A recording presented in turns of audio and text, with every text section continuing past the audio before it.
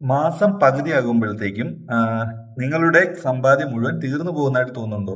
അപ്പോൾ ഇതിന് പ്രധാനമായിട്ടും 5 മിസ്റ്റേക്കുകളാണ് നിങ്ങളുടെ ഭാഗത്ത് നിന്ന് സംഭവിക്കുന്നത്. ഈ 5 മിസ്റ്റേക്കുകൾ നിങ്ങൾ തിരുത്താൻ ശരിയായി കഴിഞ്ഞാൽ നിങ്ങൾക്ക് ഒരു പരിധി വരെ നിങ്ങളുടെ സാമ്പത്തിക ഞെരുക്കത്തിൽ നിന്ന് രക്ഷ നേടാനായിട്ട് സാധിക്കും. ഇപ്പൊ ഈ 5 വഴികൾ എന്തൊക്കെയാണെന്ന് നമുക്ക് നോക്കാം. ഇതിൽ ഒന്നാമത്തെ വഴി എന്ന് പറയുന്നത് ഒരു പ്രോപ്പർ ബഡ്ജറ്റിംഗ് ഇല്ലാത്തതാണ്. അതായത് വരവിനെയും ചെലവിനെയും കുറിച്ചുള്ള കൃത്യമായ ഒരു ധാരണ നമുക്ക് ഇല്ലാത്തതാണ് നമ്മുടെ ഒരു സാമ്പത്തിക ക്രമം താളം തെറ്റാനുള്ള ഒന്നാമത്തെ കാരണം.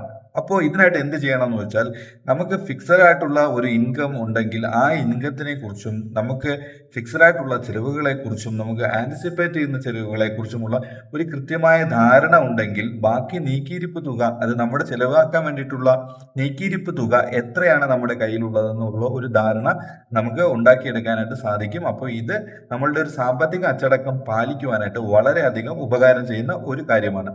ഇനി നമ്പർ 2യിലേക്ക് കടക്കാനാണെങ്കിൽ, നമ്പർ 2 എന്ന് പറയുന്നത് അനാവശ്യപരമായ ആഡംബരങ്ങൾ ഒഴിവാക്കുക എന്നുള്ളതാണ്. അപ്പോൾ നമ്മളെ കൊണ്ട് പല പല രീതിയിൽ മാർക്കറ്റിംഗ് ഇന്ന് വളരെ സജീവമാണ്. അപ്പൊ എല്ലാവർക്കും വേണ്ടത് നമ്മളുടെ കയ്യിലിരിക്കുന്ന പണം അവരുടെ കയ്യിലേക്ക് എത്തിക്കുക എന്നുള്ളതാണ്. അപ്പൊ അതിനായിട്ട് പല പല സ്ട്രാറ്റജികൾ കമ്പനികളും പല പല ഇൻഫ്ലുവൻസേഴ്സും ഒക്കെ ഈ സോഷ്യൽ മീഡിയ വഴിയും മറ്റുമൊക്കെ നമ്മളുടെ മേൽ വളരെയധികം സമ്മർദ്ദങ്ങൾ ചെലുത്തുന്നുണ്ട്. അപ്പൊ അവയൊക്കെ തിരിച്ചറിഞ്ഞ് നമ്മളുടെ ആവശ്യങ്ങളുള്ള സാധനങ്ങൾ മാത്രം നമ്മൾ പർച്ചേസ് ചെയ്യാനായിട്ട് ശ്രമിക്കുക. അല്ലാതെ വെറുതെ നമ്മൾ കുറെ ആഡംബരത്തിന്റെ പുറകെ പോകരുത്. അപ്പോൾ ഞാൻ ഒന്നാമത്തെ സ്റ്റെപ്പിൽ പറഞ്ഞ നീക്കിയിരിപ്പ് തുക എത്രയാണെന്ന് പോലും അറിയാതെ ഇപ്പൊ ഉദാഹരണം പറഞ്ഞാൽ ഒരു ഫ്ലിപ്കാർട്ടിലോ ആമസോണിലോ ഒക്കെ ഒരു സെയിൽസ് നടക്കുവാണ്. അപ്പം വളരെ ഡിസ്കൗണ്ടിൽ സാധനങ്ങൾ കിട്ടുന്നുണ്ട് എന്ന് കരുതിയിട്ട് നിങ്ങൾക്ക് ആവശ്യമില്ലാത്ത സാധനങ്ങളൊക്കെ നിങ്ങൾ ക്രെഡിറ്റ് കാർഡ് EMI ഉപയോഗിച്ച് വാങ്ങിച്ചു എന്ന് കരുതുക. മക്കളെ, നിങ്ങളുടെ ജീവിതം കട്ടപ്പുകയാണ്. പിന്നെ ഈ EMI അടച്ചടച്ച് നിങ്ങളുടെ അണ്ടകടാകം മുഴുവൻ ഇതായി പോകുന്നതാണ്. അപ്പോൾ അതാണ് രണ്ടാമത്തെ മിസ്റ്റേക്ക് എന്ന് പറയുന്നത്. അപ്പോൾ അനാവശ്യപരമായിട്ടുള്ള സാധനങ്ങൾ വാങ്ങിക്കുന്നത് നമ്മൾ 100% ഒഴിവാക്കുക എന്നുള്ളതാണ് ഇതിനകത്ത് വളരെ വളരെ ഇമ്പോർട്ടന്റ് ആയിട്ട് ശ്രദ്ധിക്കുക. ഇനി നമുക്ക് മൂന്നാമത്തെ പോയിന്റിലേക്ക് കടക്കാം. മൂന്നാമത്തെ പോയിന്റ് എന്ന് പറയുന്നത് നമ്മൾക്കൊരു എമർജൻസി ഫണ്ട് ഉണ്ടാക്കിയെടുക്കുന്നതിന്റെ ആവശ്യകതയെക്കുറിച്ചാണ് നമ്മൾ മൂന്നാമത്തെ പോയിന്റിൽ സംസാരിക്കുന്നത്. അപ്പോൾ നിങ്ങൾ എത്ര ചെറിയ വരുമാനക്കാരനോ എത്ര വലിയ വരുമാനക്കാരനോ ആയിക്കോട്ടെ, നിങ്ങൾക്ക് മാസം അല്ലെങ്കിൽ നിങ്ങൾക്ക് ലഭിക്കുന്ന വരുമാനത്തിന്റെ ചെറിയൊരു ശതമാനം നിങ്ങൾ എമർജൻസി ഫണ്ടിലേക്ക് നീക്കിയിരിപ്പ് വയ്ക്കേണ്ടതാണ്. അപ്പോൾ നിങ്ങൾക്ക് എന്ത് ചെയ്യാന്ന് വെച്ചാൽ, പണ്ടത്തെ ആൾക്കാർ പറയുന്നുണ്ട്, സമ്പത്ത് കാലത്ത് തൈപത്ത് വെച്ചാൽ ആപത്ത് കാലത്ത് കാപത്ത് തിന്നാം എന്ന് പറയുന്നത് പോലെ തന്നെയാണ് ഈ എമർജൻസി ഫണ്ടിന്റെ കാര്യം. ഇപ്പൊ നമ്മൾ ഈ എമർജൻസി ഫണ്ട് നമ്മൾ മെയിൻറ്റെയിൻ ചെയ്യുകയാണെന്നുണ്ടെങ്കിൽ വളരെ അത്യാവശ്യ ഘട്ടത്തിൽ തീരെ സാമ്പത്തികമായിട്ട് നമുക്ക് വളരെ വളരെ ആവശ്യങ്ങൾ വരുന്ന സമയത്തൊക്കെ നമുക്ക് ഈ ഫണ്ടിൽ നിന്ന് നമുക്ക് കുറച്ച് നമുക്ക് എടുത്തു കഴിഞ്ഞാൽ നമുക്ക് ക്രെഡിറ്റ് കാർഡോ ലോണോ ഇല്ലാതെ തന്നെ നമ്മുടെ ആവശ്യങ്ങൾ താൽക്കാലികമായിട്ട് നിറവേറ്റാനായിട്ട് നമ്മളെ എമർജൻസി ഫണ്ട് വളരെ വളരെ അധികം ഗുണം ചെയ്യിക്കുന്നതാണ്. അടുത്തത് നമുക്ക് നാലാമത്തെ പോയിന്റിലേക്ക് കടക്കാം.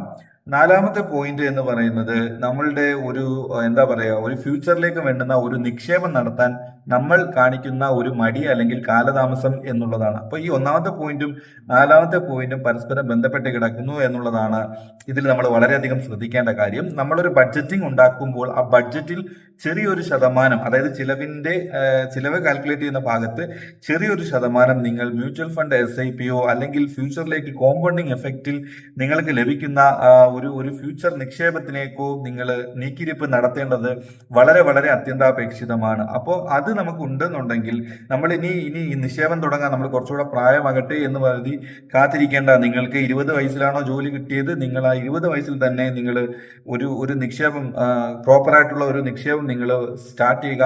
ഇപ്പൊ നിങ്ങളൊരു ബിസിനസ് ആണ് നടത്തുന്നതെങ്കിൽ കൂടി തന്നെ നിങ്ങൾക്ക് ഒരു ഡൈവേഴ്സിഫിക്കേഷന്റെ പാർട്ടായിട്ട് ഒരു ചെറിയൊരു തുക അല്ലെങ്കിൽ നിങ്ങൾക്ക് ഒരു ലോങ് ടേം ഇൻവെസ്റ്റ്മെന്റ് പ്ലാനിലേക്ക് നിങ്ങൾക്ക് നിക്ഷേപിക്കാവുന്നതാണ്. അപ്പോൾ അതിനൊക്കെ നിങ്ങൾക്ക് നിങ്ങളുടെ ഫിനാൻഷ്യൽ അഡ്വൈസേഴ്സിന്റെ സഹായം തേടാവുന്നതാണ്.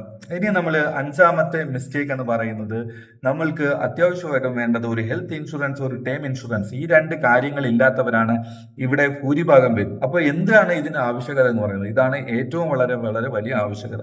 കാരണം നമ്മൾക്ക് പ്രതീക്ഷിക്കാത്ത നേരത്ത് നമ്മൾക്കോ നമ്മുടെ കുടുംബാംഗങ്ങൾക്കോ ഒരു ക്രിട്ടിക്കൽ ഇൽനെസ്സോ അല്ലെങ്കിൽ എന്തെങ്കിലും ഒരു തരത്തിലുള്ള അസുഖങ്ങളോ ഒക്കെ വന്നു കഴിഞ്ഞാൽ ഇന്നത്തെ ഹോസ്പിറ്റൽ ബിൽസ് എന്ന് പറയുന്നത് വളരെ വളരെ അധികം വലിയ തുകയാവും. അപ്പോൾ ഏതൊരു സാധാരണ കുടുംബത്തിന്റെയും സാമ്പത്തിക അടിസ്ഥാനം അല്ലെങ്കിൽ ഒരു അടിത്തറ ഇളക്കാൻ പോകുന്ന തരത്തിൽ ഇന്ന് ഹോസ്പിറ്റൽ ബില്ലുകൾ ആകാൻ സാധ്യതയുണ്ട്. അതുകൊണ്ട് തന്നെ നമ്മൾ ഇത്തരം കാര്യങ്ങൾ പ്രിക്കോഷൻ എടുക്കുക. നമ്മളുടെ ഫാമിലിക്ക് ആവശ്യമായ ഒരു കവറേജ്, നമ്മളൊരു ഹെൽത്ത് ഇൻഷുറൻസ് എടുത്തു വയ്ക്കുക. ഇനി നിങ്ങൾ രണ്ടാമത്തെ കാര്യം ടേം ഇൻഷുറൻസ് ആണ് ഞാൻ പറഞ്ഞത്. അപ്പോൾ നിങ്ങൾക്ക് എന്താ പറയുക, നിങ്ങൾക്ക് ഒരു ഫാമിലി നിങ്ങളെ ഡിപ്പെൻഡ് ചെയ്ത് ജീവിക്കുന്നുണ്ടെങ്കിൽ നിങ്ങൾ ഒരു ടേം ഇൻഷുറൻസ് എടുത്തു വയ്ക്കുന്നത് വളരെയധികം നന്നായിരിക്കും.